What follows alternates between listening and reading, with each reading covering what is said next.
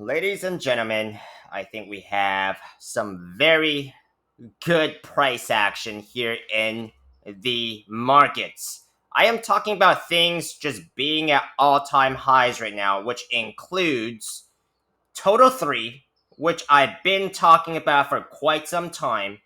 And why is that important? Because Total 3 is basically the altcoin markets excluding Ethereum. It is trying to break that all time high level right now and trying to break away, okay? It is currently at about 1.16 trillion, and I talked about the resistance being at 1.15 trillion. Okay, why is this resistance important? Is because this resistance has basically been set since back in November 2021. Okay, that was the previous bull cycle all-time high. This is why this 1.15 trillion level resistance is very important for Total 3. It is trying to pull away right now. Very important that we don't see a pullback here or a head fake here, right? So this is the number one thing I'm paying attention to right now, but I'm still paying attention to Bitcoin, of course, because Bitcoin is still the driver of this market. And if Bitcoin doesn't do anything crazy like dumping, right, then that's going to be very good for the altcoins. Ethereum looks like it's trying to break all-time highs as well. So let's see which one of these go first. Would it be Ethereum? Would it be Total 3? Could Bitcoin hold steady and very possibly continue pushing upwards? We already have the stock market, the S&P 500 at all-time highs. I've been talking about that as the front-running signal for Bitcoin. So let's see if this very bullish trend continues, because we had I would say, a pretty dovish Fed meeting yesterday, okay? And I will tell you guys why. So let's go ahead and we're going to take a look into a few altcoin setups later in this video as well. We're going to be talking about Peaq network. That seems to be very popular amongst some of my viewers. We're going to be taking a look into DIA, which is DIA USD or USDT, very similar. As well as, what is the third one? I always forget the third one here. So Peaq network, DIA, Terra Luna Classic. Okay, see what's happened in these coins later in this video. I highly don't recommend that you guys skip through because you guys don't want to miss out on what I say about Bitcoin, because I would not disregard Bitcoin right now, even though things are really heating up in these altcoin markets. All right, let's take a look into some news first. I'm going to give you guys my genuine first reaction as we go through some of these headlines and ideas together, okay? So first of all, first piece here is going to be by Be In Crypto, okay? Bitcoin all-time highs depend on these three preconditions after rate cuts. Okay, so that was a huge meeting yesterday. Let's take a look into what this news piece has to say first. All right, U.S. Federal Reserve has cut interest rates for the first time in 9 months. Can Bitcoin's price now break its previous all-time high of 123,000? I think it's about 124,000, but just depends on the different exchange data that you're looking at. So, I think the main point to pay attention to here is this line right here: futures market flips to risk on. Okay. So basically, the Federal Reserve has lower rates. That's not a surprise. I've been talking about that. And the crypto markets responded proactively. Yes, we do see quite a bit of tailwind in the market now.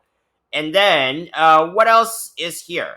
Now, futures is basically derivatives. So yeah, I mean, that's basically more, it could go both ways, right? But I mean, what I'm really seeing in the markets right now is more bullish momentum, okay? And let's see what this analyst has to say. about let's see. This analyst predicts that there is a 70% chance that Bitcoin's price will see a gradual upward trend or consolidation over the next 2 weeks. He states that it's crucial for the price to not fall during this period and for future prices to stay above spot prices. I actually do think that Bitcoin may actually be making a pretty a, a dramatic move here. I don't think it's gonna be a gradual move here. I think more likely than not, Bitcoin is gonna be making a pretty significant move soon. I don't think it's gonna be gradual, not until it follows like maybe a really dramatic, significant candle. That's just my opinion. I am long on Bitcoin. I am long on quite a bit of the altcoins here. So, my opinion is bullish. But of course, these are just my opinions, and like the entirety of this video, and it's not financial advice. You gotta form your own opinions, okay? Let's go ahead and go to the next piece here. Excuse me. This is by Crypto Potato. Bitcoin bulls eye 137K, but if only if the support holds strong, okay? So, let's see here. What is the support that this analyst is talking about? Depends on the 115.4K support. I think we have quite a bit of support underneath the price action, to be honest. I don't think it's gonna depend on any one specific support. Of course, you don't want to fall below, some of the major supports we have built upon on, which includes the daily 50 SMA, the daily 21 SMA. You definitely want to see that crossover. That's going to become support, right, as well. So I think we have quite a bit of support beneath the price action. I don't think it's going to depend on any one particular support. Next piece here is by Crypto Potato, Bitcoin price analysis. Bitcoin targets new highs as Fed rate cut uncertainty disappears.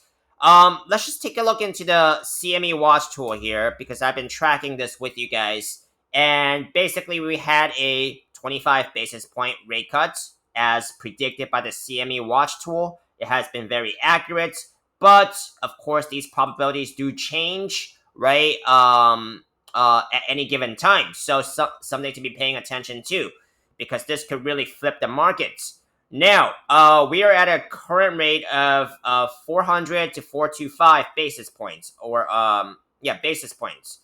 So the next, what is significant that came out of yesterday's meeting, in addition to the rate cut, is that we're actually expecting 2 more rate cuts. So basically 3 for this year. And that's not the 2 that was initially expected by the June SEP. Okay, we're actually expecting 2 more rate cuts, right? At least on the higher probability side, and that's suggested by the CME watch tool. As you guys can see, for October, and ease is almost 90% right now. December, it is still overwhelmingly almost a 99% we're going to get a rate cut. So yeah, I mean, that is something that's major that came out of the meeting yesterday. All right, next piece here is by News BTC. The Fed just changed everything for crypto, says top trader. Yeah, I've been talking about this, and just to echo it louder. All right, so I cannot find any other interesting news for you guys, so I picked an idea that is basically by one of the traders, shared by one of the traders in TradingView, and it seems to be a very popular idea. It's got like 15,000, almost 16,000 views. And what this trader is saying is basically a ascending triangle pattern has formed. I mentioned that there was a cup and handle pattern that was formed. It's going to be a very similar pattern, if you guys can see that, right? It's rounded bottom, basically. Or it doesn't have to be rounded bottom, but it's basically got a almost a cup and handle shape, really. So ascending triangle patterns, cup and handle patterns, they're going to be very similar patterns. And this is, Bitcoin has formed an ascending triangle pattern in a downtrend. That's because I talked about a falling wedge pattern that has actually broken out. So that downtrend has actually been broken, and formed a cup and handle pattern, which I also talked about, and basically has broken to the upside. I talked about this like about 120k target as well. So I've been mentioning this to you guys if you guys been following my channel. So let's go ahead and come back here to the total 3 chart because this is in focus. Because what we really want to see is the altcoins start actually gaining some real momentum, like back in 2021, right? Like starting in January 2021 after the Bitcoin breakout, and the altcoins really heated up. Because let's be honest, Bitcoin is it's good and all, but I mean it's more. I mean, I enjoy trading Bitcoin more than stocks because it's more pure and technical analysis. But it's still not as volatile as the altcoins, and I think there is an appropriate time to trade altcoins, and I think that time is it's it's gonna be even more amazing coming up. Okay, but of course there's gonna be a end to everything, end to bull cycles, end to bear cycles, end to sideways cycles. So I'm gonna have a game plan to take profits, and I hope you guys do too. Not financial advice, just what I'm doing, okay? And based on my personal experience. And of course, if you can, I mean, I really don't think you're gonna regret taking profits at the end of the day, right? Yeah, I mean, things could go up further, but I mean, if you have a strategy that that keeps your FOMO emotions in check, then that's what this is about, okay? All right, let's go ahead and go to some altcoins now. Oh no, total 3 here. Very important. Very important that we get a significant weekly candle push here, because if not, there's going to be very likely bearish divergence anyways, because you're going to be comparing the next high here with the previous high, which had a very high RSI reading, right? About 80, 81. So very important that total 3 gets a significant push here and invalidate a bearish divergence scenario, but I think it's going to be very significant already if this already gets a significant push above 1.15 trillion. Okay, so this is what I'm looking at. It is at all-time highs. Let's see if we can actually pull away. Okay, let's take a look into altcoins. We're going to take a look into DIA first, DIA, USD, see what's happening in this coin here because it's due for an update, right, since the last time I've talked about it. And what's been happening with DIA here is there is a potential smaller cup and handle here on this weekly time frame. Okay, what I'm talking about is this.